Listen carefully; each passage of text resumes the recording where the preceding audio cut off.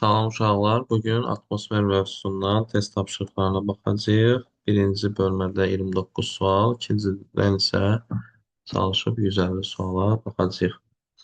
Başlayırıq birinci sualla. Atmosfer kütləsinin böyük hissəsinin troposferdə cəmlənməsinin səbəbi burada təbii ki, yerin cazibə qüvvəsini götürəcəyik. Çünki yer cazibə qüvvəsi vasitəsilə e, havanı belə desək, hava təbəqəsini özünə doğru çəkir və əsas kütlə aşağıda, yerə yaxın hissədə cəmləşir.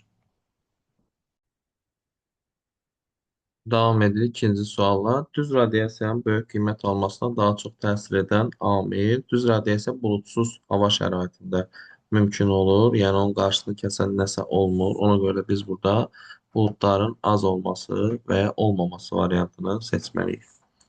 Yüksək dağ zirvələrində günəş radiasiyasının çox olmasına baxmayaraq, qar və buzlaqların əriməməsinin səbəbi. Buludluluq çox olsaydı radiasiya çox olmazdı. Yenə buludluluq çox olsaydı radiasiya çox olmazdı. Orta ili temperaturun aşağı olması və səthin əks etdirmə qabiliyyətinin çox olması variantını seçəcəyik. Yəni burada qar və buzlaq olduğu üçün onlar günəş şüalarını əks etdirir, uda bilmir. Qar və buz ən aşağı udma qabiliyyətinə malikdir. Əks etdirirlər günəş radiasiyasını və həmin ərazilərdə hündürüyə qalxdıqca temperatur aşağı düşdüyü üçün daimi qar və buzlaq örtüyü yaranır. Orta dağdan zirvəyə doğru günəş radiyasiyası miqdarının artmasının səbəbi burada təbii ki, buludluluğun azalması variantı olacaq. Ayda sutkalıq temperatur amplitudunun 300 dərəcəyə qədər olmasının səbəbi, yəni gündüz çox qızıb, gecə çox soymasının səbəbi, burada təbii ki, aydakı atmosfer təbəqəsinin olmaması variantını seçməliyik. Çünki yerdə havanın istiliyini tənzimləyən şey sıx atmosfer təbəqəsidir, ayda isə bu yoxdur. Ayın ətrafında sıx atmosfer təbəqəsinin olmamasının nəticəsi bir-birinin əksi olan suallardır. Burada sutkalıq temperatur amplitudunun böyük olması variantını seçəcəyik.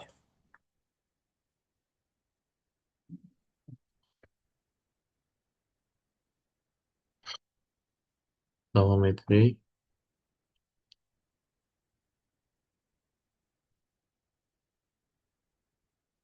Troposferdə havanın qızmasının əsas mənbəyi, troposferdə havanın qızmasının əsas mənbəyi təbii ki, burada qızmış yer səthini götürəcəyik. Çünki birinci günəş şüaları yer səthini qızdırır, daha sonra isə yer səthindən ayrılan istilik troposfer qatını qızdırır. Cənub qütbü arası daxilində ümumi radiasiyanın kəmiyyətinin daha çox olduğu aylar. Radiasiya daha çox düşürsə, deməli buludluluq burada daha az olmalıdır. Deməli burada yay fəsli olmalıdır. Cənubda da yay fəsli bizim qış ayları olan dekabr, yanvar aylarına təsadüf edir. Troposferin əsas xüsusiyyətlərindən biri.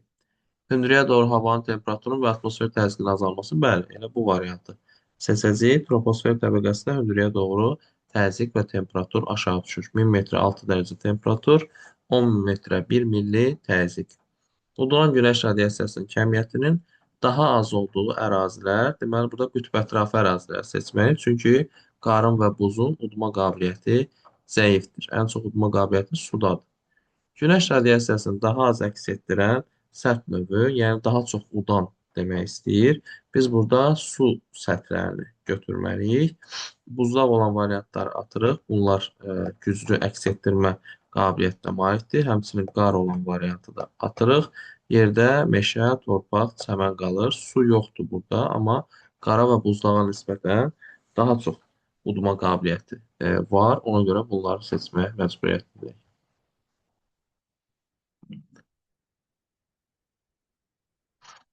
Xəritə sxemdə sxem üzərində ştriklənmiş ərazilərin ümumi xüsusiyyəti. Deməli, Böyük Səhra, Ərəbistan, Namib səhrası, Atakama səhrası, Mərkəzi Avstraliyadakı səhralar hamısı səhradır.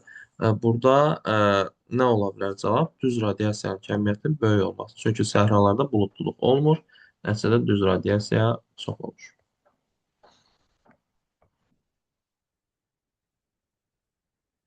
Albedonun ən kiçik olduğu səth örtüyü və bunun səbəbi. Albedo əks etdirmə deməkdir. Əks etdirmənin ən az olduğu səth buz səthidir. Çünki Buz səthi əks etdirmə qabiliyyətinin yüksək olması. Albedonun ən yüksək olduğu səthi örtüyü və bunun səbəbi e, yox, burada ən kiçik soruşur bizdən, yox, səhv elədik. Ən kiçik sudur.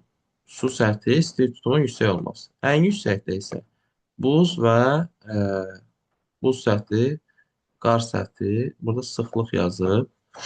Bunu götürə bilmirik. Ona görə qar səthini götürməliyik. İsti tutumun az olması.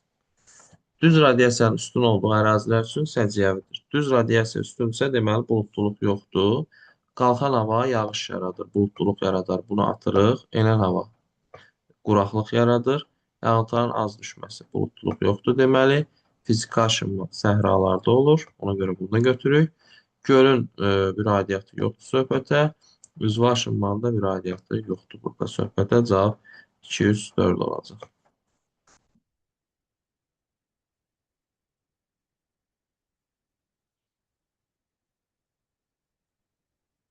16. Düz radiasiya, səpələnən radiasiya oxşar fərqli cəhətlər. Bulutluluq az olanda düz radiasiya olur. Coğrafi enlikdən asılı olaraq dəyişir, ikisi də. Əksər hallarda düzənlikdən orta dağlığa doğru artır. Səpələnən radiasiyadan burada söhbət gedir. Çünki orta dağlıq çox vaxt buludlu olur. Azərbaycanın Naxçıvan Muxtar Respublikası Kür-Araz ovalığında düz radiasiyadır. Çünki buludluluq azdır. Miqdarı kaloriyə hesablanır ikisinin də. Burada deməli 1, 4, 3, 2, 5, B variantı. Ekvatordan qütbəyə doğru günəş radiasiyasının illik kəmiyyətinin dəyişməsini düzgün əks etdirən qrafik. Ekvatorda buludluluq çoxdur, günəş radiasiyasının miqdarı az olacaq. Daha sonra tropiklərdə qalxacaq və qütbə doğru getdikcə yenidən azalacaq. Burada A variantında oxşuyur buna, amma burada ekvator çox az başlayıb. Baxaq görək digər nə variantları var. C variantı daha uyğundur. Çünki A-da 50-dən aşağı idi, çox az idi. Heç elə radiasiya yoxdur. Yəni ekvatorial ərazidə. Burada 150-yə yaxındır. Başlayır, 200-ü keçir, sonra yavaş-yavaş qütbə doğru düşür. Ən güclü radiasiya təbii ki, tropik enliklərdə, buludsuz ərazilərdə, səhralarda olur. Sxemdə verilmiş A dağına günəş şüalarının il boyu eyni istiqamətdə düşdüyünü nəzərə alaraq, yəni həmişə cənubdan düşüb günəş şüaları, deməli məntəqə şimal tropikdən yuxarıdadır. Həmişə cənubdan düşübsə, ya şimal mülayimdədir, ya şimal qütbdə. Doğru olmayan fikri seçin. Şimal yamacı günəş şüaları daha kiçik uzaqdan düşər. Bəli, cənubdan vurur çünki. Cənub yamacında qar xətti şimal yamaca nisbətən daha alçaqdan keçər. Ə, Daha alçaqdan yox, daha yüksəkdən keçəcək. Çünki cənub yamaç daha istidir. Daha istidirsə hava daha gec soyuyacaq və qar xətti daha yuxarıdan keçəcək. Şimal yamacı soyuq olduğu üçün qar xətti daha aşağıdan keçəcək. Cavabımız burada olacaq B variantı. Cənub yamacda orta temperatur şimaldan çoxdur. Cənubda bitki örtüyü istidir, daha çox olacaq. Şimalda qarın əriməsi daha uzun çəkir, çünki daha soyuq ərazidir.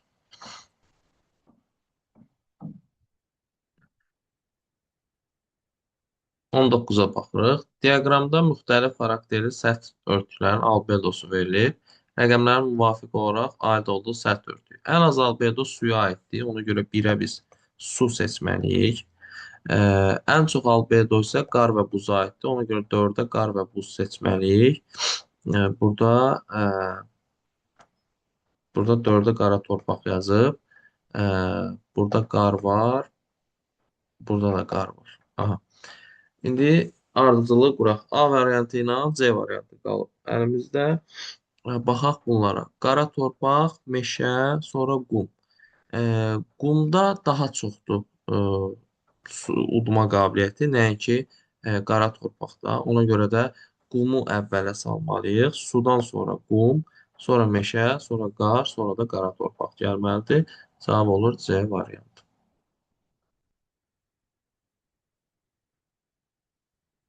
Xəritə sxemində verilən rəqəmlər əsasən səpələnən radiasiyanın üstün olduğu əraziləri və bu ərazilərə uyğun əlamətləri müəyyən edin. Səpələnən radiasiya buludlu ərazidə olursa 2, 5, 6-da yerləşən ekvatorial ərazilər seçməliyik. Bu ekvatorial ərazilərə isə aid olan nümunə fəsillər orada aydın müşahidə olunmur. Alçaq təzyiq olacaq. Sutkalıq və illik amplitudun kiçik olması olacaq, çünki həmişə istidir. Buxarlama qabiliyyəti çoxdur isti olduğu üçün. Üzvü aşınma e, üstünlük təşkil edir. Bəli, canlılar çox yaşayır burada. Çay əmələ gəlmə imkanı çoxdur, çünki yağış həddindən artıq çox yağır. Burada cavabımız 2, 5, 6 və B, C, Y olacaq. Xəritə sistemdə verilən rəqəmlərə əsasən düz radiasiyanın üstün olduğu əraziləri və bu ərazilərə uyğun əlamətlər. Deməli, biz burada səhra zonalarını seçməliyik. 1, 4 və 3. Səhrada ifrat rütubətlənmə olmaz, bol sulu çay olmaz. Buxarlanma miqdarı az olar, çünki su yoxdur. Torpaqlar az məhsuldar olar, boz-boz qonurdu və qərb və passat küləkləri bu enliklərdən, bəli, tropik enliklərdən başlayır hər iki külək. Bunu da götürə bilərik. Nisbi rütubət isə az olur. Deməli, burada cavabımız 1, 3, 4 və C, D, Y, D, elə A variantı.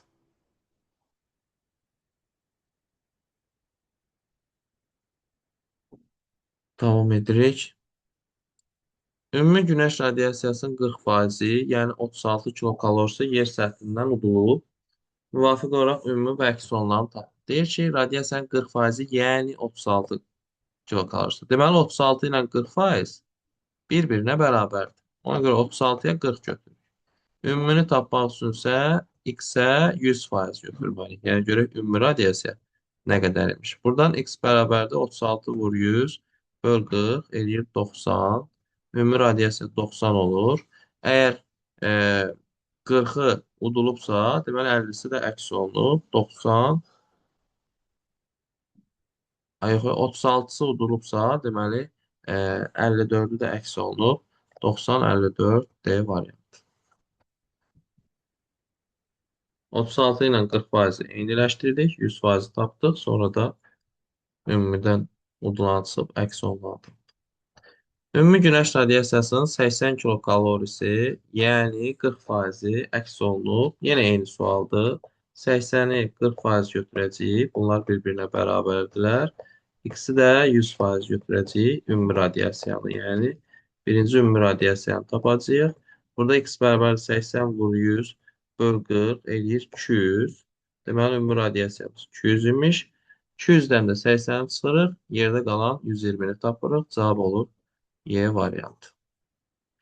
Ərazidə ümumi günəş radiasiyasının 30% və ya 45 kilokalorisi düz radiasiyanın payına düşür. Deməli, 45 kilokalori 30% eyni şey. Bu ərazi üçün səciyyəvi əlamətlər. Gəlin ümumi radiasiyanı tapaq. 30% ilə 45 kilokalorini eyniləşdirək. 100%-ə də x qoyaq. Görək ümumi radiasiya nə qədər imiş. 30, 100-ü də 45-ə vurub 30-a böləndə eləyəcək 150. 150 eləyəcək. 4500-ü 30-a böləndə 150. Deməli, ümumi 150-dir. Ümumi 150-dirsə, onda səpəlilən də qalacaq 150 çıx 45, 105. Yəni, birinci düz olacaq. Quru çay dərələri geniş yayılmışdır. Burada səpəlindən daha çoxdursa, deməli, buludluluq daha çoxdur. Burada quru çay dərəsi olmayacaq. Burada yağış çoxdur. Havanın qalxan hərəkəti olacaq, çünki buludluluq çoxdur dedik. Fiziki aşınma səhrada olur. Buludluluq rütubəti yüksəkdir, bunu götürürük. Qərb küləklərinin təsirinə məruz qalır. Bunu biz burada bilə bilmirik də, hansı enlikdə yerləşir. Ona görə yaza bilmərik. Cavabımız olacaq 1, 3 və 6. Ərazidə ümumi günəş radiasiyasının 75% və ya 165 kilokalorisi düz radiasiyadır. Deməli, 75% ilə 165 kilokalori eyni şeydir. Bizə lazımdır 100% nə qədərdir? Yəni, ümumi günəş radiyasiyası nə qədərdir? 75, 100-ü də 165-ə vurub, 75-ə böləndə 16500-ü 75-ə böləndə neçə eləyəcək? 2, 2, 0, 220. Deməli, ümumi günəş radiasiyası 220 kilokaloridir. Bunun 165-i əgər düzdürsə, yerdə də qalır 55-i səpəlilə. Düz daha çoxdur. Deməli, ərazi buludsuzdur. Kimyəvi aşınma buludlu yerdə olur. Aqroiqlim ehtiyatı bura buludsuz isti yerdir. Çox olmalı idi. Səpəndən 55-dir, bunu tapdıq. Enən hərəkət quraqlıq yaradar. Olar. Gecə gündüzün uzunluğu kəskin dəyişməz, isti yerdir. Sutkalıq amplitud isə yüksəkdir. Çünki isti yerdir. İsti yerlər, buludsuz yerlər gündüz çox qızır, gecə isə nisbətən soyuq olur. Albedo'nun daha yüksək olduğu enliklər üçün səciyyəvi olmayan. Albedo əks etdirmədə əks etdirmə ən yüksək qütblərdədir. Qütblər üçün səciyyəvi olmayan cəhətləri seçməliyik. Fəsillər aydın müşahidə olunmur orada. Həmişə soyuqdur. Yüksək coğrafi enliklər olmalı, düzdür. Aqroiqlim ehtiyatları məhduddur, isti deyil ərazi. Su buxarı saxlama qabiliyyəti aşağıdır. Bəli, soyuq havanın saxlama qabiliyyəti aşağı olur. Qalxan hava müşahidə edilir. Eynən havadır qütblərdə. Qütb gecə gündüzü müşahidə olunur. Bu doğrudur. Cavabımız 1, 4, 6 olacaq.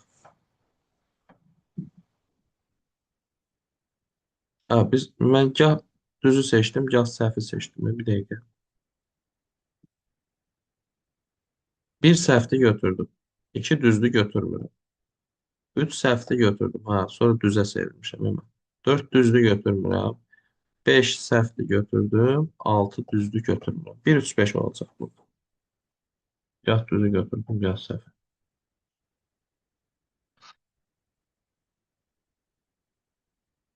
27. Düz radiasiya. Düz radiyasiyada sutkalıq amplitud böyük olur. Çünki ərazi səhradsa amplitud böyük olacaq. Gündüz çox qızacaq bulutsuz hava, gecə isə çox soyuyacaq. Yəni A-nı götürürük səpəlinə. 20-30 şimal illərə tropiklərə düşür. Bu düz radiasiya olacaq. Sutkalıq amplitud yüksəkdir. Bu da düz radiasiya olacaq. 10-0-10 ekvatorialdır. Buludludur. Səpəlindən olacaq. D-ni səpəlinə götürəcəyik. Yağıntı miqdarı çoxdur, yenə səpəlinən radiasiya buludlu olduğu üçün. BC, A deyil.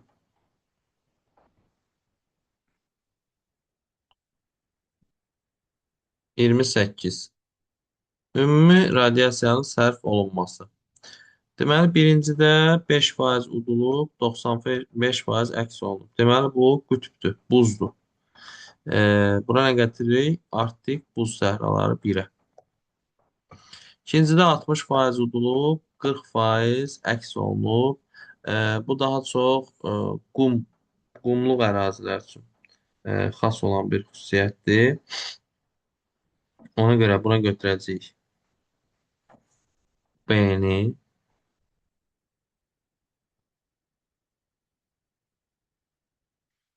Sonra səhra, yarım səhra qum olduğu üçün A-nı da 2-yə götürürük. Qumun udması 60%-dir.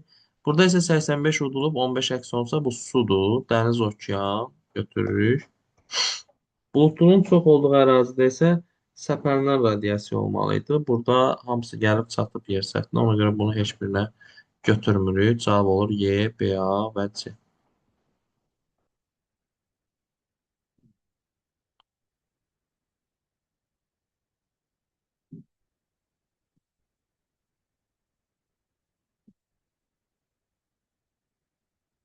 İyirmi doqquz. Ümumi günəş radiasiyanın sərf olması. 5% udulub, 95% əks olub. Yenə buz. Buz haradır? Buz, buz, buz. İstilik tutumu az. Bu buz olacaq. D-ni götürdük bura. Sonra 60 udulub 40 əks olunub. Bu qumdur. Səhra yarım səhrada olur qum. A-nı götürək. Və başqa nə götürə bilərik? Başqa heç nə. Bu birində isə çoxunu udub azını əks etdirsə bu sudur. Okean, dəniz B. Bir də istilik tutumu çox olan sərt. Bunu da götürə bilərik. Buludluluğu da yenə heç birinə götürür.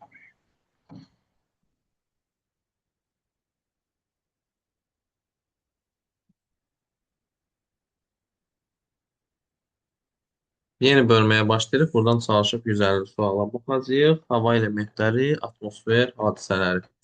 Atmosfer cəhbələri nədir? Atmosfer cəhbələri deməli burada e, qonşu hava kütlələri arasında keçid zonanı götürə bilərik. Yəni soyuq hava kütləsi ilə isti hava kütləsi arasında keçid zonaları atmosfer cəhbələri adlanır. Mütləq rütubətlilik nədir? Mütləq rütubətlilik havada olan su buxarının qramla miqdarıdır. 1 kub metr havadakı su buxarının qramla miqdarı mütləqdir, faizlə nisbidir. Havanın temperaturunun sutkalıq amplitudu günün ən isti temperaturu ilə ən soyuq temperaturunun arasındakı fərqdir. Yəni burada götürəcəyik ki, sutqazla havanın ən yüksək temperaturu ilə ən aşağı göstəriciləri arasında fərq. Daimi donuşluğun yaranması bağlıdır aşağı temperatur və nazik qar örtüyünün olması ilə. Bunu necə izah edirlər? Yəni, məsələn, Sibirdə filan daimi donuşluqdur. Çünki hava o qədər soyuqdur ki, qar yaxşı yağa bilmir, buludlar donur.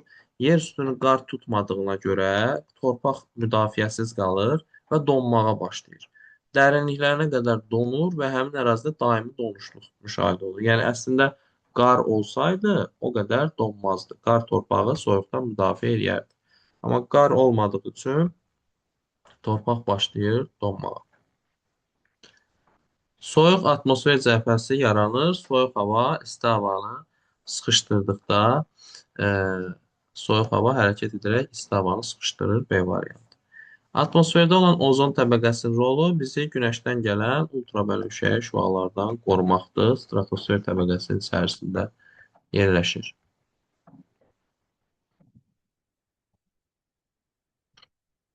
Hansı hava şəraitində sutkalıq amplitud böyük olar? Təbii ki, buludsuz havada. Buludsuz aydın havada istilik qalmır. Nəticədə gündüz çox qızan sərt, gecə çox soyur. Səhralar da buludsuzdur, onlarda da sutkalıq amplitud böyük olur. Hansı hava şəraitində sutkalıq amplitud kiçik olar? Buludlu, yağışlı havada kiçik olar. Bulud çünki istini qoruyub saxlayır. Xəritələrdə eyni temperatura təzyiqə malik əraziyə birləşdirən xətt temperatur izoterim, təzyiq, izobar. Sutqa ərzində ən aşağı temperatur nə vaxt müşahidə olunur? Günəş çıxmazdan 1 saat əvvəl. Ən isti isə günortadan 2-3 saat sonra. Dünyanın ən soyuq yeri Antarktidada Fuji günbəzi stansiyasını götürə bilərik, amma Saxalin adasını bura götürə bilmərik. Ona görə Y variantındakı Fuji günbəzi -91 və -71 Oymyakonu götürə bilərik. İsti atmosfer cəbhəsi yaranır. İsti hava soyuq havanı sıxışdırdıqda. Yəni D variantı. Yüksəkliyə doğru atmosfer təzyiqinin dəyişməsinin səbəbi havanın sıxlığının azalmasıdır. Atmosfer təzyiqi elə havanın sıxlığından, çəkisindən asılı olan bir şeydir.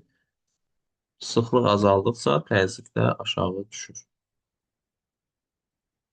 Temperaturu, təzyiqi və rütubətliyi ölçən müvafiq cihazlar. Temperatur termometr, təzyiq barometr, rütubət hiqrometr. Duman və buludun əmələ gəlməsinin ümumi cəhəti. Duman və bulud su buxarının kondensasiyası nəticəsində yaranır. Yəni, suyun buxar halından maye halına keçməsi prosesi kondensasiya adlanır və duman buludda bu vasitə ilə yaranır. Sxemdə əks olunan atmosfer hadisəsi bu mərkəzdən kənara doğru havanın hərəkətidir. Deməli, mərkəzdə yüksək, kənarda alçaq təzyiqdir. Bu antisiklondur. Mərkəzə doğru olsaydısa, burada siklon seçəcəyik. Külək kürü nə üçün tərtib edilir? Külək kürü hakim hava kütlələrinin istiqamətini təyin edir. Yəni, ay ərzində külək daha çox hardan əsib, onu müəyyən etmək üçün tərtib olunur. Daimi küləklərə aiddir. Daimi küləklər, passatlar, qərb küləkləri və qütb küləkləridir. Qütb küləklərində yaradıda cənub-şərq və şimal-şərq küləkləridir. Cavab C variantı. Passat küləklərin qərbə meyl etməsinin səbəbi təbii ki, burada yerin öz oxu ətrafında fırlanmasını, Coriolis qüvvəsini seçməliyik. Atmosfer yağıntısı nədir? Atmosfer yağıntısı buludlar arasında yaranan su buxarı mübadiləsi yox. Troposferdən yer səthinə bərk və maye halında düşən sudur. Bəli. Atmosfer yağıntısı troposferdə buludlardan yer səthinə bərk, yəni qar, dolu və maye, yəni yağış halında düşən sudur.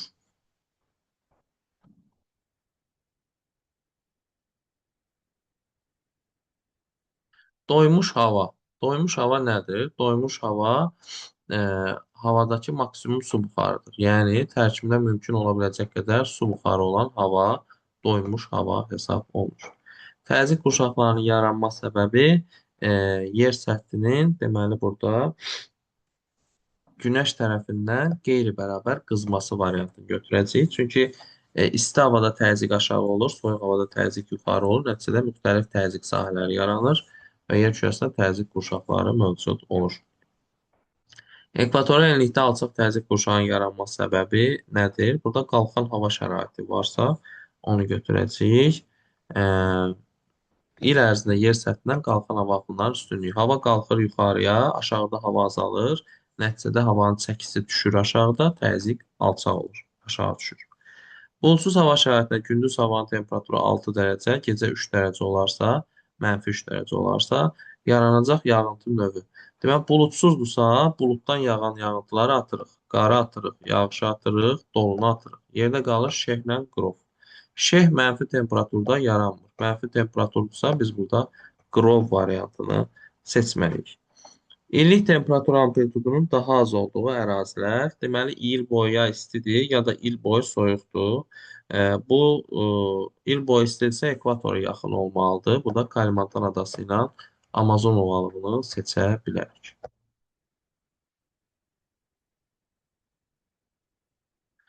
İllik temperatur amplitudu yüksəkdirsə, deməli yay çox isti, qış çox soyuq keçən ərazilərdir. Bunlar kəskin kontinental iqlimdə ola bilərlər. Kəskin kontinental iqlimdə Qobi və Orta Sibir yaylalarını götürə bilərik.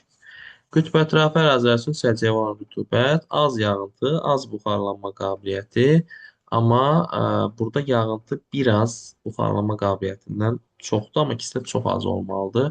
Burada ən uyğun gələn 27, 27-dən uyğun gələn C variantı olacaq.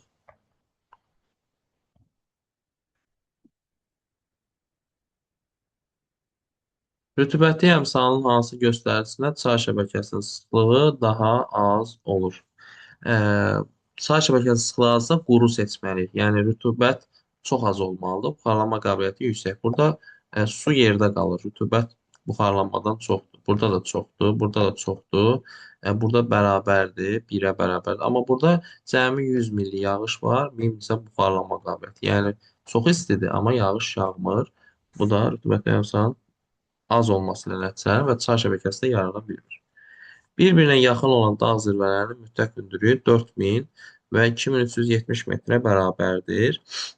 Onlar arasında təzyiq fərqini müəyyən edin. Təzyiq fərqini tapmaq üçün 4000-dən 2370-i çıxmalıyıq. Bu eləyəcək 1630 metr. Atmosfer təzyiqi də hər 10 metrə 1 milli azaldığı üçün buradan 1 sıfır siləcəyik. Olacaq 163 millimetr fərq.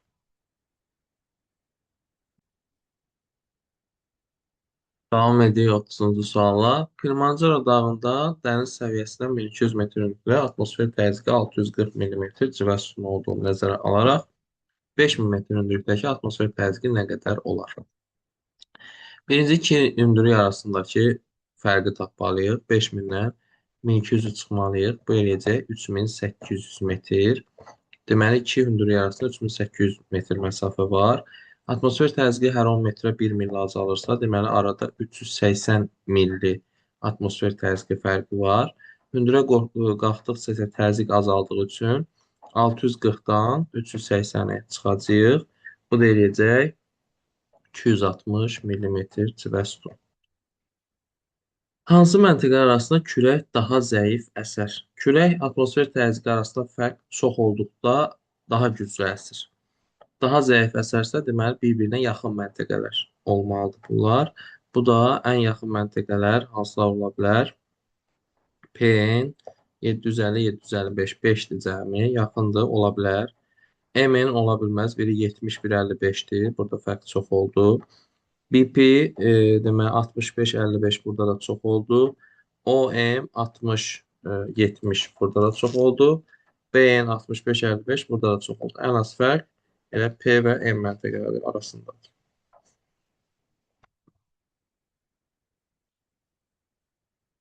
Davam edirik. Hansı məntəqə arasında külək daha güclü əsər? Bu dəfə ən böyük fərq olanı seçməliyik. MN variantı varsa elə onu seçək. Bəli, Y variantı. Verilmiş coğrafi hadisənin nəticəsi. Deməli, külək mərkəzdən kənara doğru əsir. Deməli, mərkəzdə yüksək, kənarda alçaq təzyiqdir. Bu antisiklondur. Antisiklon olarsa, o zaman bulutluluq azalır. Bulutluluq azalarsa, düz radiasiyanın miqdarı, ay, burada azalar yazır. Düz radiasiyanın miqdarı artar. Cavab Y variantı.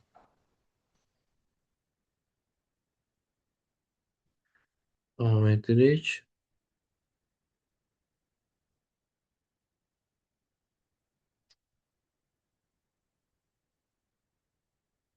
34-cü suala. Coğrafi hadisənin nəticəsi. Burada külək mərkəzə doğru əsir. Deməli, kənarda yüksək, mərkəzdə alçaqdır. Bu siklondur. Əraziyə siklon daxil olanda yağış yağır. Ona görə də buludluluğun artması variantını götürəcəyik. Rütubətli əmsalın hansı göstəricisində fizik aşınma intensivdir? Fizik aşınma səhralarda intensiv gedir. Səhradsa deməli yağıntı az, buxarlanma qabiliyyəti çox olacaq. Bu da Y variantına uyğun gəlir. Yəni istidir, qabiliyyət çoxdur, amma yağış yoxdur. Rütubətli əmsalın hansı göstəricisində kimyəvi aşınma? Kimyəvi aşınma yağışın çox olduğu ərazilərdə daha güclü gedir. Əsasən ekvatoriala yaxın ərazilər götürülür burada. Burada da yağışın buxarlanma qabiliyyətindən çox olduğu variant B variantı olacaq.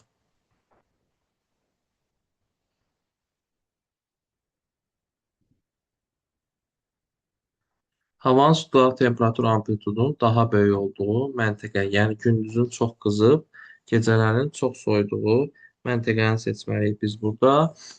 Burada dənizdən qalxan hava qalxır, qalxır dağa doğru, qalxan hava şəraiti yaradır, yağış yağır, buludluluq çox olur. Buludluluq çox olanda isə biz bayaq dedik ki, amplitud az olur. Çünki buludlar istini qoruyub saxlayır. Dağı keçdikdən sonra isə enən hava axını yaranır. Hava endikcə quraqlıq yaradır, buludluluğu azaldır. Ona görə 5-ci məntəqə ən az buludluluğun olduğu məntəqə olacaq. Yəni səhraya oxşar bir yer olacaq. Ona görə də burada sukalıq amplitud böyük olacaq. Yəni gündüz çox qızacaq, axşam çox soyacaq. Çünki buludluluğun ən az olduğu məntəqədir. Havanın sukalıq temperatur amplitudunun daha kiçik olduğu məntəqədə isə biz burada buludluluğun ən çox olduğu məntəqəni seçməliyik. Bu da qalxan havanın yarandığı birinci məntəqə olacaq. Şimal yarımkürəsində hava kütlələrinin yayda şimala, qışda cənuba doğru yer dəyişməsinin səbəbi. Deməli, şimal yarımkürəsində hava kütlələri yayda şimala doğru gedir. Məsələn, ekvatorialdan subekvatoriala gedir, yayda şimala doğru. Tropikdən subtropika doğru gedir, yayda şimala doğru. Mülayimdən subarktika gedir, yayda şimala doğrusu. Qışda isə bunun əksi prosesi baş verir. Bunun bizdən səbəbini soruşur. Materik okeanlar arasında təzyiq fərqi olmayacaq burada. Çünki hər yerdə bu proses baş verir. Burada cavab olacaq. Bir dəqiqə qələmi götürüm. Aha. Burada bizim cavabımız olacaq. Deməli, okean cəryanları olmaz. Tropik isti olmaq olmaz. Su sahəsi kiçik olması olmaz. Günəşin zenitdə vəziyyətin dəyişməsi olar. Yəni, yerin günəş ətrafında hərəkət nəticəsində hava kütlələrinin istiqamətləri il boyu dəyişir. Səbəb günəşin zenit vəziyyətinin dəyişməsi olacaq. Yer səthinə atmosfer təzyiqinin qeyri-bərabər paylanmasının nəticəsində nə baş verir? Təzyiq qeyri-bərabər paylanarsa, bu zaman atmosferin ümumi sirkulyasiyası yaranır. Yəni, havaların hərəkəti yaranır. Buxarlama qabiliyyəti hansı halda artar? İsti çox olarsa, yəni temperatur artarsa. İllik temperatur amplitudunun sukalıq amplituddan daha çox olduğu ərazi, yəni bir gün içində temperatur az dəyişir, amma bir il ərzində çox dəyişir. Yəni yay çox isti keçir, qış çox soyuq keçir. Bu kəskin kontinental iqlimə götürürük. Bu da Orta Sibir yaylası olacaq. Daimi küləklərin yaranma səbəbi, daimi küləklər alçaq və yüksək təzyiq sahələri arasında yaranır. Passatlar, qərb küləkləri, qütb küləkləri yüksək təzyiqdən alçaq təzyiqə doğru əsirlər. Musson küləklərinin yaranma səbəbi, musson küləkləri okean və materik üzərində hava kütlələri arasında yaranan atmosfer təzyiqi fərqidir. Belə ki, yayda okeandan quruya, qışda isə qurudan okeana əsirlər. Buxarlama qabiliyyəti aşağıdırsa, deməli ərazi soyuqdur. Soyuq ərazilərə burada qütbə yaxın L və S məntəqələrini seçəcəyik. Ən soyuq onlardır.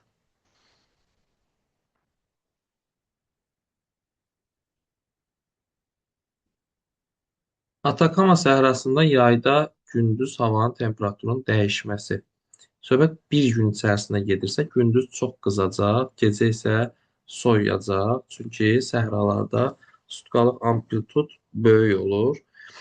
Baxaq, deməli, burada səhər 6-da 34 dərəcə olub, günorta düşüb, bu olmaz. Burada ancaq artıb gecəyə doğru, bu da olmaz. Burada günorta ən az olub, bu da olmaz. Burada isə gecə ən çox olub, bu da olmaz. Günorta ən çox olan bu 15:00 götürə bilirik. Gündüz soyuq olur nisbətən, gecə də soyumağa doğru gedir. Cavabımız olacaq C variantı. Temperatur inversiyası nədir? Temperatur inversiyası odur ki, normalda hündürə doğru temperatur aşağı düşməlidir. Amma bəzən temperatur artır hündürə doğru. Bu isə inversiyadır. Yəni, əksinə baş verən proses yüksəkliyə doğru temperaturun artması. Buna hava kütlələri təsir edir. İsti ərazilərdən gələn hava kütlələri dağların hündür zirvələrinə təsir edən zaman inversiya baş verir. Sutka ərzində ən yüksək temperatur müşahidə olunur günortadan 2-3 saat sonra, yəni 14:00-15:00 arası. A məntəqəsində temperaturun sutkalıq gedişi verilib. Sutkalıq temperaturu, orta sutkalıq temperaturu tapın. Orta sutkalıq temperatur ədədi orta vasitəsilə tapılır. Yəni, bunun hamısını toplayıb sayına böləcəyik. -2, -5, -7, -6, -13, üstünə 4 gələndə -9, üstünə 8 gələndə -1, üstünə 12 gələndə -11, üstünə 10 gələndə -21, üstünə 7 gələndə -28. Bunun sayı 8 dənə rəqəm var burada. 28-i 8-ə böləndə 3,5 edir. Ankara şəhərində temperatur sutkalıq gedişi verib, orta sutkalıq temperaturu tapın. Yenə hamısını toplayıb 8-ə böləcəyik. -10, -18, -16, -9, 0, -11, -24, 24 də 8-ə böləndə eləyir 3. Toplayıb sadəcə sayına bölürük. Zirvələri daimi qar xəttindən aşağıda yerləşən dağlar, yəni üzərində buzlaq olmayan dağlar. Bunlar hündürlüyü az olub, isti ərazidə olmalıdır. Tian-Şan, Pamir bunlar 7000-dən hündürdülər. Alp Qafqaz bunlar 5000, 4000-dən hündürdülər. Himalay 8000-dən hündürdür. Alp 4000-dən hündürdür. Bunlarda buzlaq olar. Amma Kap, Drakon, Əjdaha yəni böyük sayıcı bunlar 2000-3000 metrlik dağlardır və isti yerlərdədirlər. Ona görə onlarda qar buzlaq yaranmaz. Ən hündür zirvəsi qar xəttindən yuxarıdadırsa, hündür dağları seçməliyik. Drakon olmaz. Appalaç olmaz. Hündürlüyü 2200-dür, 2037-dir cəmi. Kap olmaz. Sonra Kopet dağında hündürlüyü aşağıdır. Burada cavab Qafqaz 5000-dən yuxarı, Alp 4800, Kordilyer də 6194. Bunlarda daimi qar xətti mövcud olar. Nisbi rütubətin artması səbəb olar yağış yağmağına və yaxud havanın doyma həddinə yaxınlaşmağına. Doyanda yağış yağacaq da. Nisbi rütubətin azalması səbəb olar havanın doyma həddindən uzaqlaşmasına. Bunun əksidir. Şəlakət nədir? Şəlakət küləksiz aydın havadır. Antisiklonun mərkəzində qalxan hava axını yox. Havanın küləksiz tam sakit vəziyyəti, bəli, şəlakət adlanır. O da antisiklonda olur deyə birinci elə bildim şeydir, amma gördüm sonrası uyğun gəlmir. İl ərzində istiqamətin 2 dəfə dəyişən külək bu musson küləkləridir. Yayda 6 ay dənizdən quruya, 6 ay isə qurudan dənizə əsir. Sut ərzində istiqamətin 2 dəfə dəyişən külək brizdir. Gündüz dənizdən quruya, gecə qurudan dənizə. Düzgün fikri müəyyən edin. Troposferdə hündürlüyə doğru temperatur daim artır. Daim artır, artır, amma bəzən inversiya da ola bilər da. Yox, artmır, azalır. Artır nə idi? Azalır. İnversiya da olur, bəzən artır, amma daha çox azalır. Atmosferin ən sıx və ən aşağı qatı stratosfer yox, troposfer adlanır. Oksigen qazın miqdarı yox, azot qazın miqdarı çoxdur. Temperatur yüksəldikcə havanın nisbi rütubəti artmır, azalır. Çünki doyma həddindən uzaqlaşır. Ekvatorial enliklərdə alçaq təzyiq qurşağıdır. Bəli, çünki qalxan hava şəraitidir. Yer səthində buludlardan düşən yağıntı, yağış, dolu və qar olacaq təbii ki.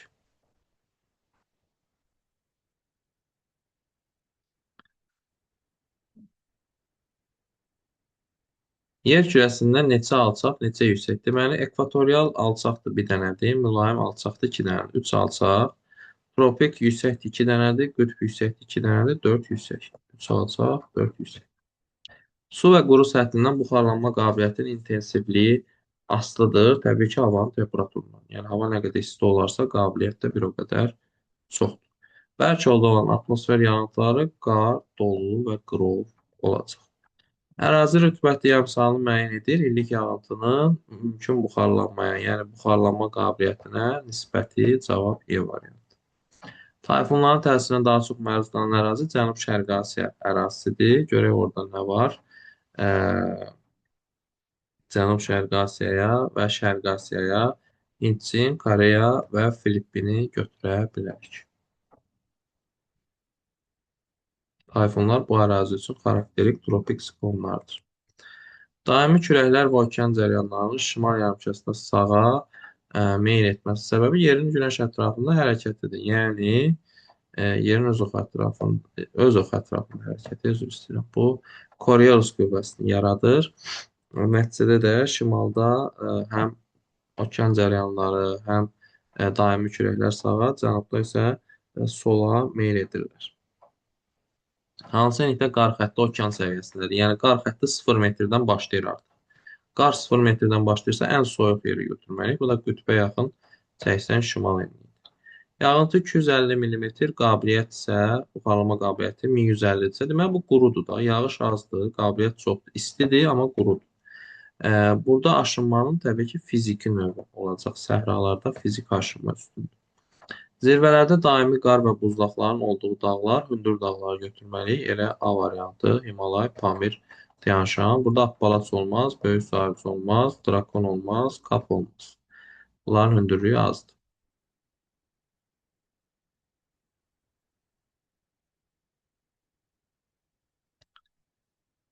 69. Yağıntının düşmə ehtimalının daha yüksək olduğu nisbi rütubət göstəricisini müəyyən edin. Təbii ki, ən çox nisbi rütubət hansıdırsa, yağıntı orada ən çox düşə bilər. Cavab 71. Yox, 92 var burada. Cavab 92 Y variantı. Ən çox. Təbiətdə suyun dövranını təmin edən proses suyun bir haldan digər halına keçməsidir. Yəni, kondensasiya və buxarlanma. Sudan buxara, buxardan suya belə dövran edir. İllik yağıntı və mümkün buxarlanma miqdarını bilərək rütubətdən əmsalını hesablamaq olar. Buxarlanma qabiliyyəti adlanır. Burada müəyyən temperatur şəraitində buxarlana bilən rütubətin miqdarı olacaq. Tropik enliklərdə sutkalıq temperatur amplitudunun böyük olmasının səbəbi buludluluğun az olmasıdır. Buludluluğun az olması səbəbi isə havanın enən hərəkəti.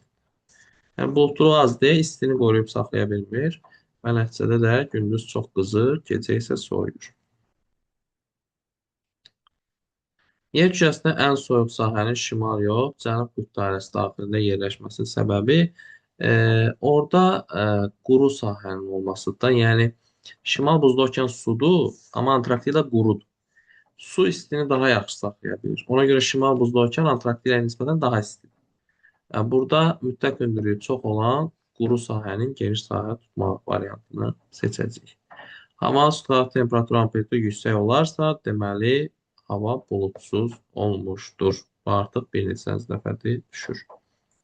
A və B dağlarının mütləq hündürlükləri eyni olsa da, onlardan qar xətti müxtəlif hündürlüklərdən keçir. Deməli, müxtəlif enliklərdədir da. Biri soyuq yerdədir, biri isti yerdədirsə, qar xətti müxtəlif hündürlükdən keçəcək.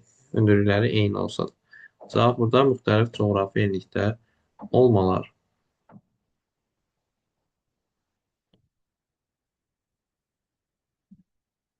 A və B məntəqələrinin ümumi cəhətləri, bunlar eyni meridian, eyni paralel üzərində fərqli meridiandadırlar. İkisi də şimaldadır. Görək nə baş verir. Koordinatları eynidir. Enliyi eyni olsa da uzunluq eyni deyil deyə koordinat eyni də götürə bilmərik. Qütbdən məsafə eynidir. Bəli, eyni paraleldədirlər çünki. Eyni istilik qurşağındadılar. Bu da ola bilər eyni paraleldə olduqları üçün. Yerli vaxtlar eyni deyil, fərqli meridiandadırlar. Çünki eyni təzyiq qurşağındadır. Bəli, eyni paraleldirsə, təzyiq qurşağı da eyni olacaq. Yağıntıların illik miqdarı asılıdır. Burada dəniz və okeanlara yaxınlığı götürə bilərik. Dənizə və okeana yaxın ərazilərdə yağıntı daha çox düşür. Coğrafi enliyi də götürə bilərik. Məsələn, ekvator enliklərdə daha çox düşür, tropikdə az düşür. Torpağın da bir dəxli yoxdur bura. Hakim küləyin istiqamətini götürə bilərik də. Məsələn, rütubəti yerdən əsirsə, yağış çox yağacaq. Tropik səhradan əsirsə, yağış az yağacaq. Relyefi də götürə bilərik. Dağların yamaçlarına yağış daha çox yağır. Məsələn, suxurun bir aidiyyatı yoxdur yağıntıya. Çay şəbəkəsinin sıxlığı da özü yağıntıdan asılıdır. Yağıntı çay şəbəkəsinin sıxlığından asılı deyil. Ona görə cavabımız olacaq A variantı. Havanın əsas elementləri temperatur, təzyiq və rütubətdir təbii ki. 1, 3, 5. Yayda bol yağıntı alan dövlətlər, yayda bol yağıntı alırsa, deməli, subekvatorialdadır ya da mussondadır. Burada cavabımız B variantı olacaq. Vyetnam, Laos, Filippin subekvatorial, Yaponiya isə mussondadır. İtaliya, Türkiyə aralıq dənəz sahili qışda çox yağıntı alar. İspaniya aralıq dənəz sahili qışda çox yağıntı alar. Portuqaliya həmçinin, İspaniya həmçinin.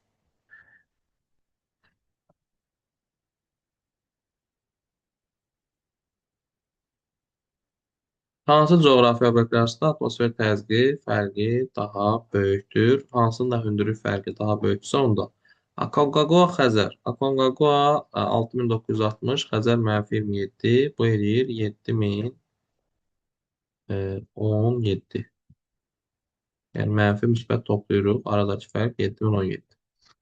Comolongma Ölüdəniz. Ən çox bu olacaq. Heç başqalarına baxmağa ehtiyac yoxdur. Çünki Comolongma quruda ən böyük zirvə, Ölüdəniz isə qurudakı ən böyük çökəklikdir. Yəni bundan artıq fərq onsuz da yarana bilməz.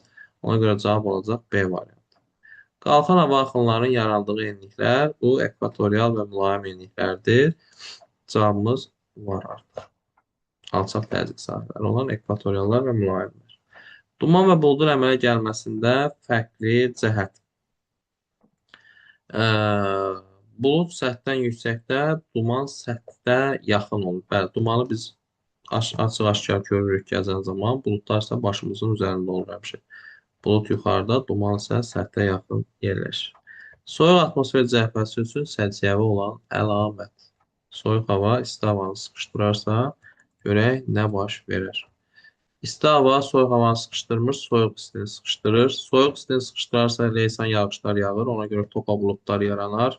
Soyuq istini sıxışdırır, yalnız lələkvari yağış vermir, bol yağıntı yağar, hava aydın quru olmaz. Cavab burada 2, 3 və 5 olacaq. Cənubi Amerikanın və Avstraliyanın şərq sahələrinə iqliminə güclü təsir edən küləklər. Bunlar təbii ki, passat küləkləridir. Çünki tropik enliklərə düşür bunların şərqi. Passat küləkləri bura bol rütubət gətirir. Qalxan hava kütlələrinin hakim olduğu ərazilər üçün səciyyəvi xüsusiyyət. Hava qalxırsa, təzyiq aşağı düşür və qalxan hava buludluluq yaradır, yağış yağır. Deməli, buludlu yağıntılı hava temperaturun sutqağı amplitudu yüksək olmaz. Buludlu havada amplitud kiçik olur. Buludlu yağıntıların çox səbəblərin radiasiya payının böyük olması cavab C variantı olacaq.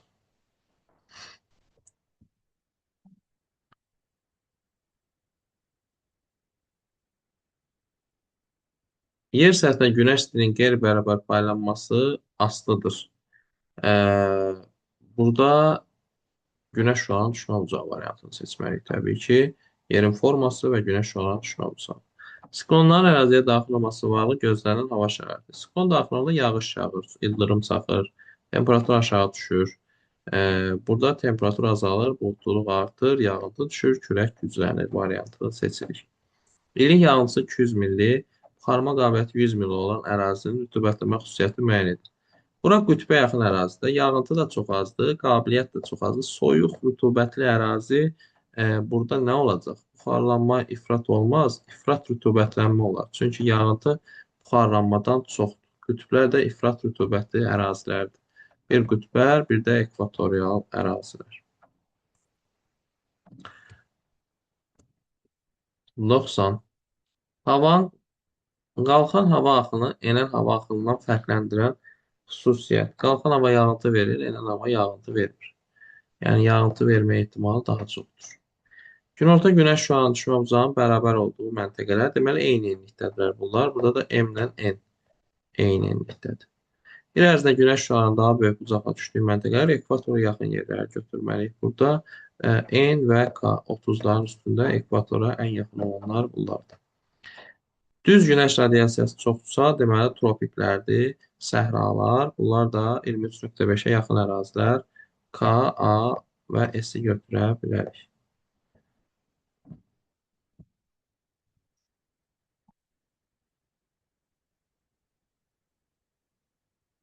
Davam edirik.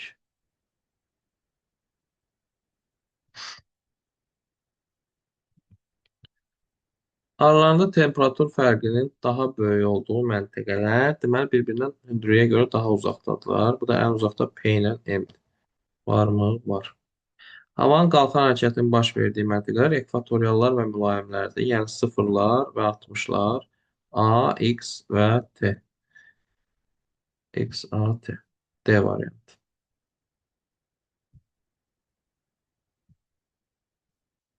Məsələlər gəlir, deyəsən.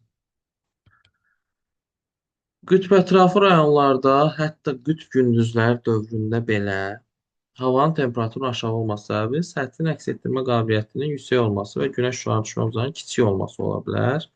Böyük olması variantını atırıq. Günəş şüalarının əsas hissəsinin əks olması, bəli, yəni səthin əks etdirmə qabiliyyətinin güclü olması. Buz və qar olduğu üçün istinin hamısını əks etdirir, uda bilmir. Tropiklərdə hava isti olduğu halda yüksək təzyiq qurşağının yaranma səbəbi havanın enən hərəkəti olacaq. Çünki hava aşağı doğru enirsə, aşağıda hava çoxalır, nəticədə havanın kütləsi artır və təzyiq qalxır, olur yüksək təzyiq sahəsi. 4500 metr yüksəklikdə olan alpinistlərə məlum oldu ki, havanın temperaturu 0 dərəcədir. 4500-də 0-dır. Dağın ətəyində okean səviyyəsində, yəni 0 metrdə temperaturu müəyyən edin. 0 metrlə 4500 arasında ilə 4500 var. Temperatur 1000 metrə 6 dərəcə dəyişir. Qaydaya görə yazırsınız ki, 1000-ə 6 dərəcə dəyişir. Bəs 4500-ə nə qədər dəyişər? Bunu tapmalıyıq. 4500-ə də x qoyuruq. Deməli, 4500-ü 6-ya vurub 1000-ə böləndə bu eləyəcək 27 dərəcə. 4500 metrdə sıfırdırsa, okean səviyyəsində də müsbət 27 olacaq. Çünki temperatur yuxarıya doğru azalır, aşağıya doğru artmalıdır. A nöqtəsində atmosfer təzyiqi 760. Deməli, A nöqtəsi dəniz səviyyəsindədir. Havanın temperaturu müsbət 10 dərəcədir. B nöqtəsində atmosfer təzyiqi 460 olarsa, dağın mütləq hündürlüyü və B nöqtəsində temperaturu tap. A 0 metrdədir. Təzyiq 760 olduğuna görə bunu bildik. 460 ilə 760 arasında 300 milli var. Təzyiq də hər 10 metrə 1 milli azalır. Deməli, A ilə B arasında hündürlük fərqi 3000 metrdir. Deməli, B-nin hündürlüyü 3000 metrdir. Temperaturu isə 1000-ə 6-dırsa, 3000-ə də 18 olacaq da. 3000 1000-dən 3 dəfə çoxdur. 18 də 6-dan 3 dəfə çoxdur. Deməli, 18 dərəcə azalacaq. Çünki hündürə qalxıram. Berkişdirə baxıram ki, bu bir dağdır. Müsbət 10-dan da 18 çıxanda -8 eləyir. 3000 və -8 cavab B variantı.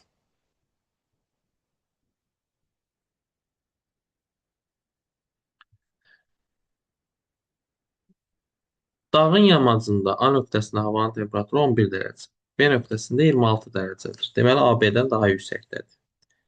A və B nöqtələri arasında hündürlük fərqi. Temperatur fərqinə baxaq. 26-dan 11-i çıxaq, eləyir 15 dərəcə. Qaydaya görə hər 1000 metrə 6 dərəcə dəyişir. 1000-ə 6 yazırsınız. Bəs neçə metrə 15 dərəcə dəyişər? X-ə də 15 yazırsınız. Burada 15-i 1000-ə vurub 6-ya böləndə cavab olacaq 2500 metr. Mütləq hündürlüyü 3000 metr olan dağın ətəyində okean səviyyəsində temperatur 8 dərəcədir. Okean səviyyəsində yəni 0 metrdir.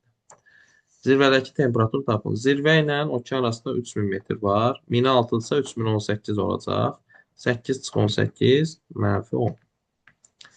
B nöqtəsində atmosfer təzyiqi 758 millimetr civə sütunudur. Horizontalların 20 metrdən bir keçdiyini nəzərə alaraq A nöqtəsindəki atmosfer təzyiqini müəyyən edin. 20 metrdən bir keçirsə, deməli A ilə B arasında 40 metr məsafə var. 40 metrədə 4 milli dəyişir təzyiq, çünki hər 10-a 1 milli dəyişir. A B-dən aşağıdadırsa, A-da təzyiq B-dən çox olacaq. 458 üstə 4 gələcək olacaq. 758 üstə 4 gələcək olacaq 762.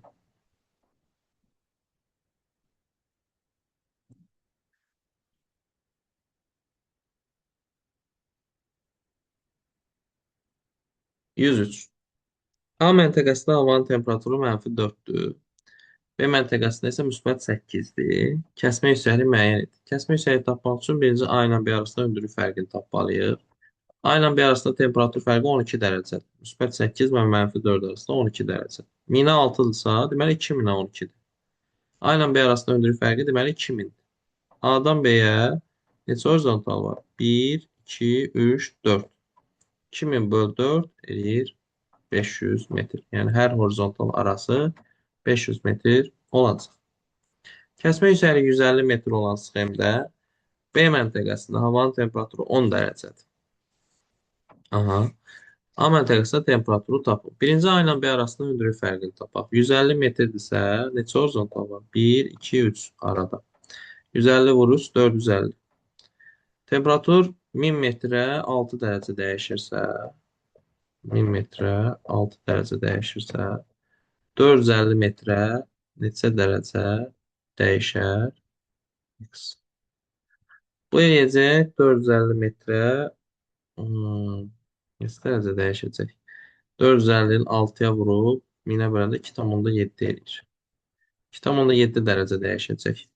A B-dən hündür deyə A-da daha az olmalıdır. Ondan da 2,5, 2,7 çıxanda 7,3 edir. Hündürlüyü 6200 metr olan dağın zirvəsində temperatur -30-dur. Həmin dağın ətəyində okean səviyyəsində 200 metr hündürlükdə temperaturu müəyyən edir. Birinci iki hündürlük arasındakı məsafəyə baxaq. 6200 və 200. Arada 6000 metr var. 1000-ə 6-dırsa, 6000-ə də 36 olacaq. Çünki 6000 1000-dən 6 dəfə çoxdur. 36 da 6-dan 6 dəfə çoxdur. Deməli 36 dərəcə dəyişəcək. Biz dağın ətəyinə düşürük deyə temperatur qalxmalıdır. -30-un üstünə 36 gələndə eləyir müsbət 6. Sxemdə kəsmə yüksəkliyi 50 metr, B nöqtəsində təzyiq 730 millimetr olarsa, A nöqtəsində təzyiqi tapın. Birinci A ilə B arasında hündürlük fərqini tapmalıyıq. 50 metrdirsə, 1, 2, 3, 4 horizontal var arada. Bu eləyir 200 metr. 200 metrə təzyiq 20 milli dəyişir, çünki ona 1-dir. Və A daha aşağıdadsa, B-dən çox olacaq təzyiqi, çünki bu dağdır, Berkşteflər çölə baxır. 730 üstünə 20 gəlirik, olur 750.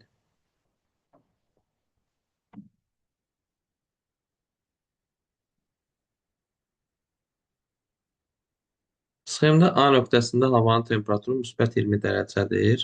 Horizontallar 100 metrdən bir keçirsə, B-də havanın temperaturu tapılır. A ilə B arasında 1, 2, 3 horizontal var. Deməli, 300 metr məsafə var. Hər 100 metrə temperatur 0,6 dərəcə dəyişir. 1000-ə 6-dırsa 100-ə 0,6-da. 300 metrə bəs nə qədər dəyişir? 300-ə x. 0,6-nı da 3-ə vuranda eləyir 1,8. Deməli, A ilə B arasında temperatur fərqi 1,8 dərəcədir. Amma B-də daha çox olmalı, çünki A dağdadır. 20 üstə 1,8 gələcək olacaq 21,8 dərəcə. Dağın ətəyində atmosfer təzyiqi 746, zirvəsində 470 olarsa, nisbi hündürlük, yəni ətəklə zirvə arasında hündürlük fərqini tapın. Birinci təzyiq fərqini tapaq. 746-dan 470-i çıxaq. 400 çıxanda 346, 70 də çıxanda 276. 276 millimetr arada fərq varsa, deməli 2760 metr fərq vardır. Çünki hər 10 metrə 1 milli dəyişir. Bir dənə 0 əlavə edirik. Dağın yamacında dəniz səviyyəsində 1700 metr yüksəklikdə temperatur -5-dir. Onun ətəyində 350 metr yüksəklikdə temperatur tapılır. Birinci, ikinci iki yüksəklik arasında hündürlük fərqinə baxırıq. 1700-dən 350-dən çıxırıq, eləyir 1350. Deməli, dağın yamacı ilə ətəyi arasında 1350 metr fərq var. 1000 metrə 6-dırsa, 1350-yə x-dir temperaturun dəyişmə prosesi. Bu da 1350-ni 6-ya vurub 1000-ə böləndə eləyəcək. Deməli, 6000, 7800, 8100, 8,1. 8,1 dərəcə temperatur dəyişəcək. 350 1700-dən daha aşağıdadırsa, 350-də temperatur daha çox olmalıdır. Çünki hündürəyə qalxdıqca azalır. -5-in üstünə 8,1 gələndə müsbət 3,1 eləyəcək.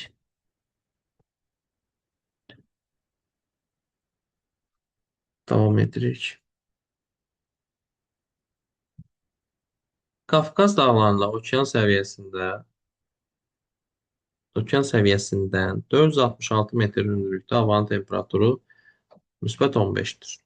Bazarcı zirvəsində temperaturu müəyyən et. Bazarcı hündürlüyü 4466-dır.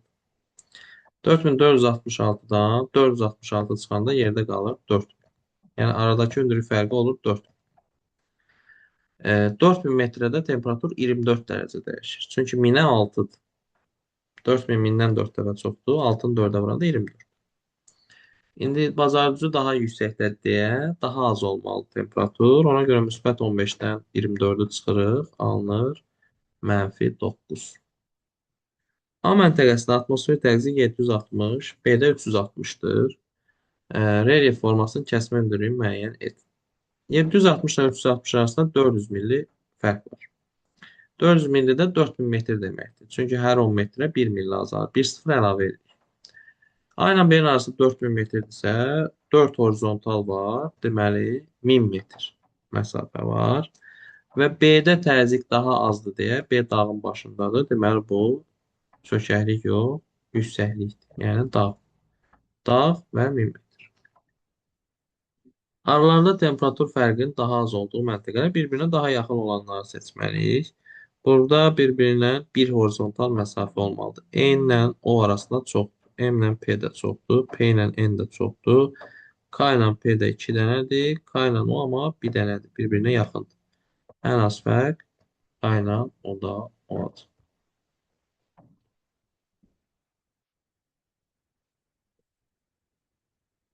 13-14. Sxemdə hansı coğrafi hadisə əks olunur?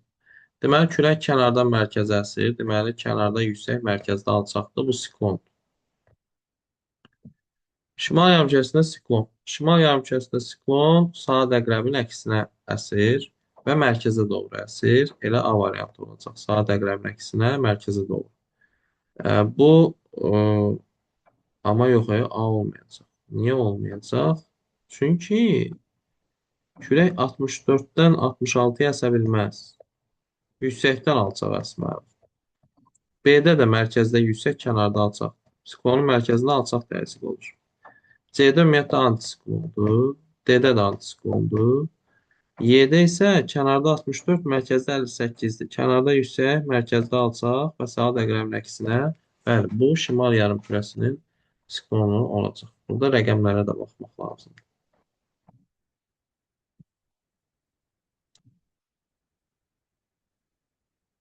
İllik temperatur amplitudu yüksəkdirsə, deməli, yay çox isti, qış çox soyuq. Ən çox aradakı fərq elə A qrafikində görsənir. Yay ilə qış arasındakı ən böyük fərq A qrafikində.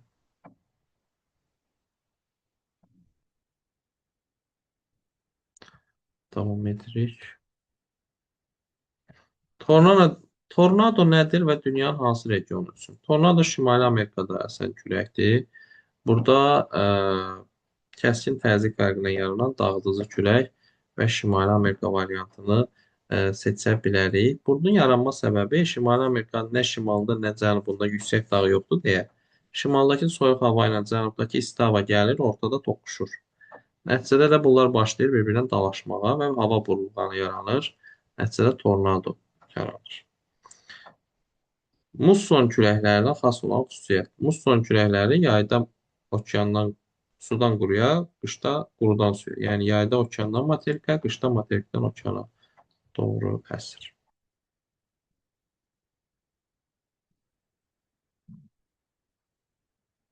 Enən hava kütlələrinin hakim olduğu ərazilər üçün səciyyəvi xüsusiyyət. Enən hava bulutluluğun qarşısını alır da, aydın bulutsuz, düz radiasiya az yazır. Düz radiasiya çox olmalıdır. Aydın bulutsuz, düz radiasiyanın böyük olması C var. Passat küləklərin istiqamətini müəyyən edin. Passat küləkləri şimalda şimal-şərqdən cənub-qərbə, cənubda cənub-şərqdən şimal-qərbə. Yəni həmişə şərqdən qərbə. Şimalda şimal-şərqdən cənub, şimal-şərqdən cənubda cənub-şərqdən. Bəli. Cavab B variantı. Passatlar hansı ərazilərin iqlimə daha çox təsir edir? Burada tropik əraziləri seçməliyik. Çünki passatlar tropikdən ekvatorial əsir. Tropik ekvatorial arası ərazidə Şimali Asiya ola bilməz. Avropa ola bilməz. Antarktida ola bilməz. Avropa ola bilməz. Cavab Afrika və Cənubi Amerika.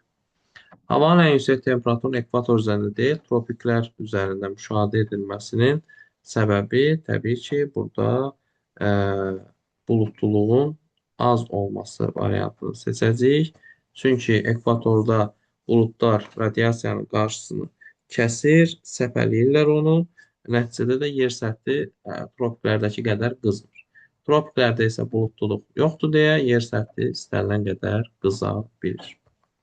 Radiasiyanın hamısı çünki çatır yerə. Ekvatorda yağıntıların çox olması səbəbi qalxan hava kütlələri. Qalxan hava soyuyur, bulud yaradır, yağış yağır. Bakıda havanın temperaturu müsbət 30, nisbi rütubət 80%-dir. 1 kubmetr havanın doyması üçün 30 qram su buxarı varsa, mütləq rütubətli hesablayın. Mütləq rütubət, yəni qramla miqdar.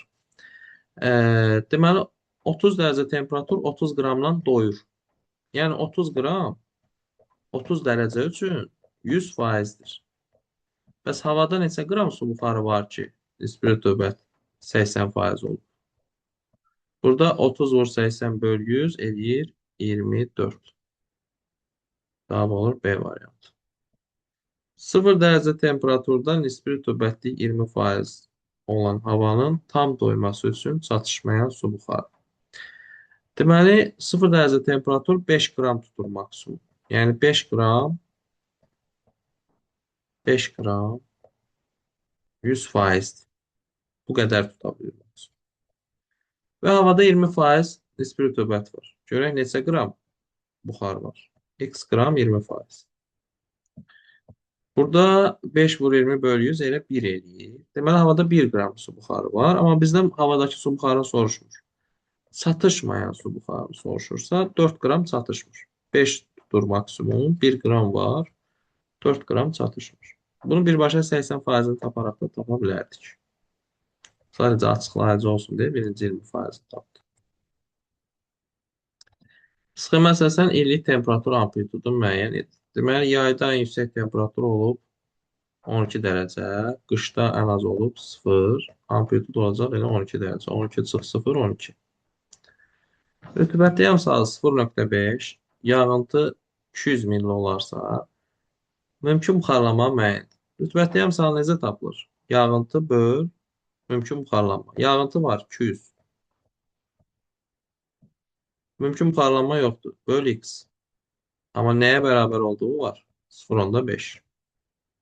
200-ü neçəyə bölsəm 0,5 alaram? 400.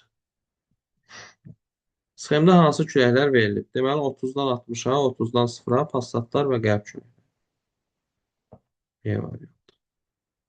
Tropikdən mülayimə, tropikdən ekvatoriala, qərb küləkləri və passatlar. London aeroportunda okean səviyyəsində havanın temperaturu 10 dərəcədir. Həmin aeroportda 5000 metr hündürlükdə havanın temperaturu tapın. Okean səviyyəsi 0 metrdə, yəni 0 ilə 5000 arasında 5000 var. Temperatur 1000-ə 6 dəyişirsə 5000-ə 30 dəyişəcək. Çünki 5000 1000-dən 5 dəfə çoxdur, 30-da 6-dan. Hündürə qalxdıqca azalmalıdır. Ona görə 10-dan 30 çıxacaq, olacaq -20. Qara qeyd olunmuş əraziyə aid olmayan. Bura şimal coğrafi qütbüdür və şimal coğrafi qütbünə aid olmayan əlamət nə ola bilər? Daha doğrusu şimal qütb işıqlanma quşu. Havanın qalxan yox, enən hərəkətidir. Çünki yüksək təzyiq sahəsidir.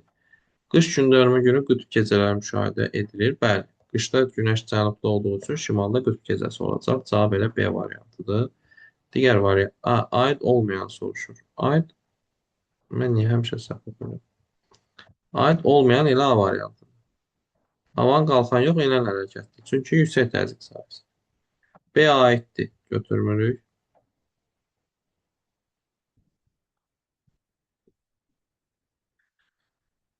Yay gündərmə günü qütb gündüzü olar. Bəli, bu da aiddir. Qütb parıltısı müşahidə olunur. Bəli, qütbdür çünki bütün saat qurşaqları da buradan keçir. Çünki bütün meridianlar buradan keçir.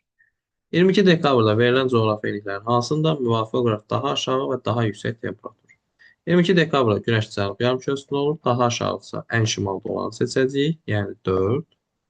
Daha yuxarıdırsa 23.5-ə ən yaxını seçəcəyik. Cənub 23.5-ə, bu da 2. 4 ilə 2 Y var.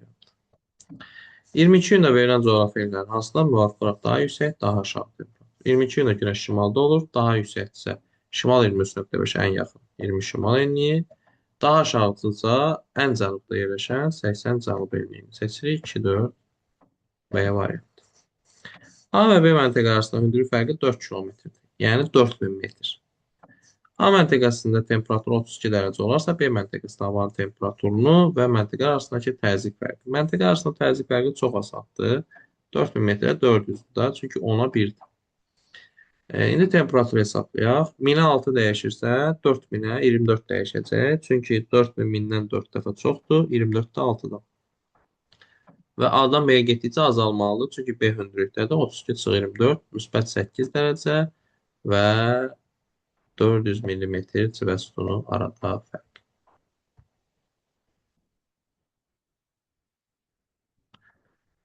Davam edirik. Qanunun düzgün verilmədiyi sxem. Deməli, kənarda yüksək, mərkəzdə alçaq və kənardan mərkəzə əsir. Bu doğrudur. Kənarda alçaq, mərkəzdə yüksək, mərkəzdən kənara əsir. Bu da doğrudur.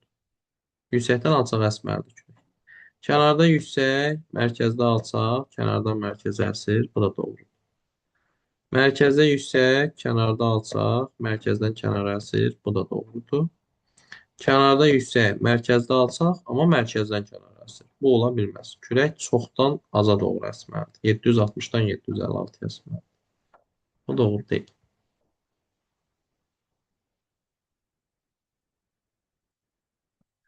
Qanunun düzgün verildiyi sxem. Yenə eyni qaydada tapacağıq. Kənarda yüksək, mərkəzdə alçaq, mərkəzdən kənara yox, kənardan mərkəzə əsməli idi. Kənarda yüksək, mərkəzdə alçaq, kənardan mərkəzə əsib düzdür. Kənarda alçaq, mərkəzdə yüksək, kənardan mərkəzə yox, mərkəzdən kənara əsməli idi. Kənarda yüksək, mərkəzdə alçaq, mərkəzdən yox, kənardan əsməli idi. Kənarda alçaq, mərkəzdə yüksək, kənardan yox, mərkəzdən əsməli idi.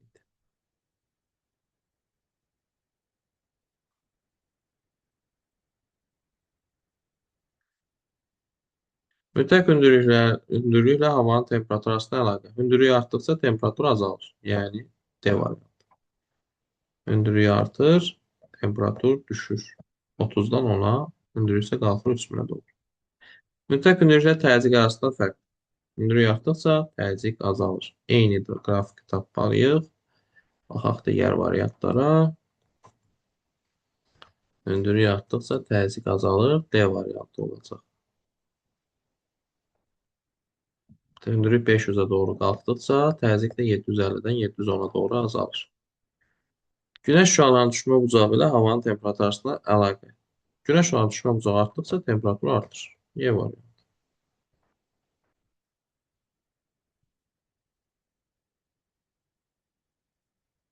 Ən az, ən çox illik temperatur amplitudu. Ən az ekvatorialda olur, həmişə isti olur. 1. Ən çox da kəskin kontinentalda olur. Yay çox isti, qış çox soyuq. 3. 1-lə 3. Y variantı.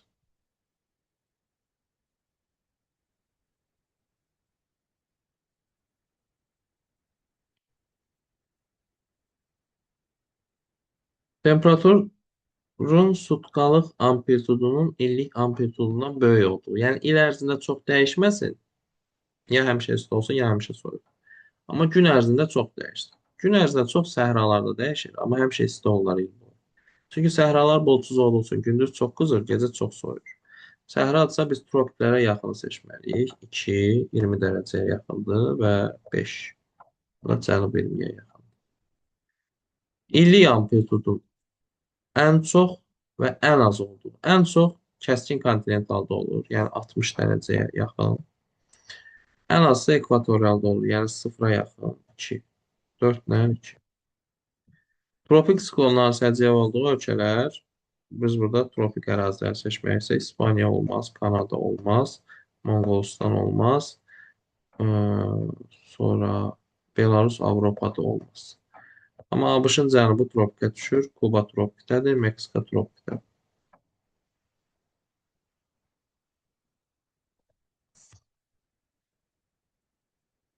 Tayfunların daha çox müşahidə edildiyi e, ərazi, bunu bayaq demişdik, Cənub-Şərqi və Şərqi Asiyadadır tayfunlar, Filippin, Böyük Zond və Hindçin. 1, 2, 6 cavab alır. Məntəqələrin illik temperatur qrafikasından hansı nəticəyə gəlmək olmaz? Qrafik buradadır, cavablar o tərəfdə. Deməli, birincidə temperatur az dəyişib, amma şimal yarımkürəsidir. İyul ən isti olub. Deməli, bir şimaldır və temperatur az dəyişib. 2 cənubdur, iyul ən soyuq olub. Temperatur yenə az dəyişib. 3-də temperatur çox dəyişib və şimal. Deməli, 1 ilə 2-də az dəyişib, 3-də çox dəyişib. 1 ilə 3 şimaldır, 2 cənub. Baxaq. Ən az illik amplitud birinci məntəqədə. Bəli, ən az 1 dəyişmişdi. Bizdən səhvi soruşur deyəsən. İkinci məntəqənin illik temperatur amplitudu birinci məntəqədən çoxdur. Bəli, ən az 1-də olarsa, bu da doğru fikirdir. İkinci məntəqə cənubdadır, bu da doğruydu. Üçüncü məntəqədə qış daha soyuq keçir. Bəli, bu da doğruydu. Yay aylarında ən az buxarlama qabiliyyəti 3-dədir. Ən çox 3-dədir. Çünki yayda ən hündür 3 idi. Ən isti o idi. Ona görə də ən çox qabiliyyətli onda olacaq. Yenə eyni qrafiklərdir. Bu dəfə səhvi soruşur. Bayaq da səhvi soruşurdu. Yay aylarında ən çox buxarlama qabiliyyəti 1-dədir. Yox, 3-dədir. Elə buradan səhv getdi. İkinci məntəqənin illik temperaturu 1-dən çoxdur. Bəli, ən az 1-dədir. Çünki ikinci məntəqə cənubdadır. 3-də qış soyuq keçir. Ən çox amplitudda 3-dədir. Yay ilə qış arasındakı ən böyük fərq 3-dədir.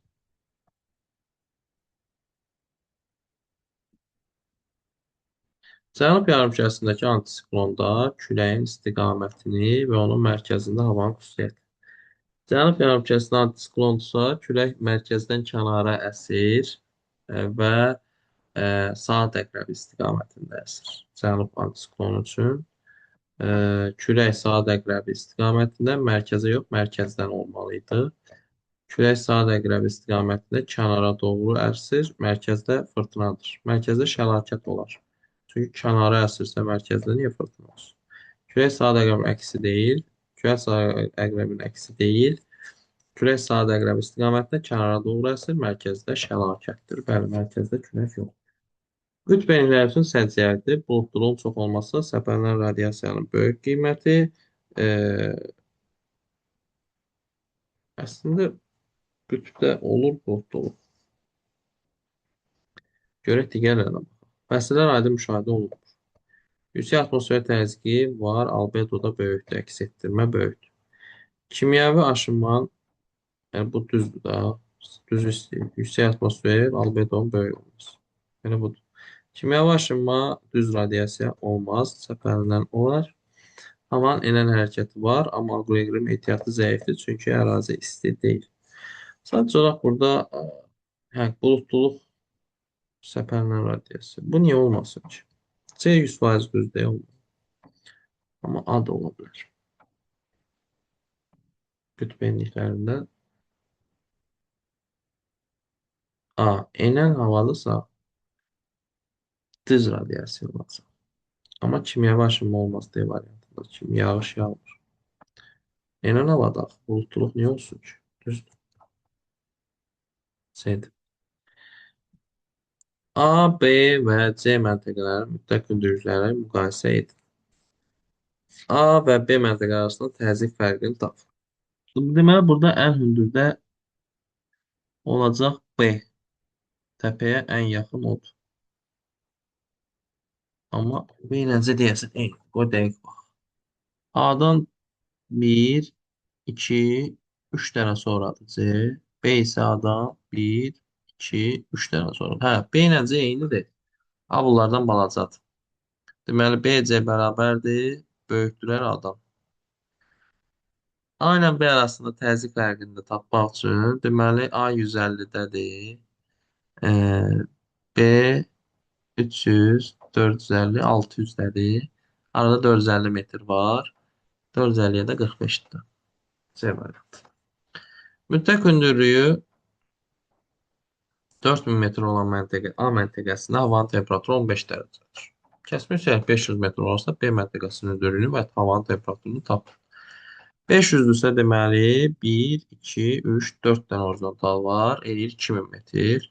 2000 metrə temperatur 12 dərəcə dəyişir. Çünki 1006-dır. 12 dərəcə temperaturu qaldıracaq. Çünki B daha aşağıdadır. Eləyir 27 dərəcə B. Aradakı hündürlük fərqi 2000-dirsə, B-nin də hündürlüyü 2000. Sadəcə olaraq burada 2000 və 27 variantı yoxdur. 2000 var. Mənfi 3 yazmam. A məntəqəsində temperatur 15 dərəcədir. A ilə B arasında da hündürlük fərqi 2000-dir. Və bu bir dağdır. Bu bir dağdırsa B'de A'dan çox olmalı. Necə mənfi 3 ola bilər? Mümkün deyil. Və burada yanlışlıq var. Mənfiləri atanda ilə B də A'dan hündür ola bilməz. Bunu da atırıq məcbur. B'nin də hündürlüyü 2500 uyğun gəlmir. Axı. Arada 4 horizontal var. 500-dən 2000 edir. Temperatur da A'dan azdır yəni. A'dan çox olmalı. Belə bir variant yoxdur. Bu sual ümumiyyətlə tamam yanlışdır. Yer kürəsində mütləq maksimum atmosfer yağıntısı hansı dağ ətəklərinə düşüb? Bu Himalay dağlarının cənub ətəkləridir. E, Çerrapunci məntəqəsi. Çünki Hind okeanından gələn musson küləklərinin qabağını kəsir.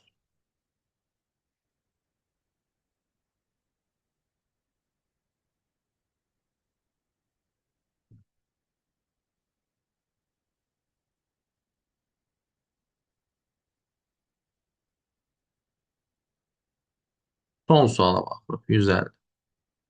Yer kürəsində ən az atmosfer yağıntıları düşür Atakama səhrasına, Ant dağlarının qərb ətəklərinə, yüksək təzyiq, soyuq okean, Peru cəryanının təsiri. Bu qədər uşaqlar atmosfer mövzusundan 150 plus 29, 179 suala baxdıq. İqlim mövzusunda görüşərik.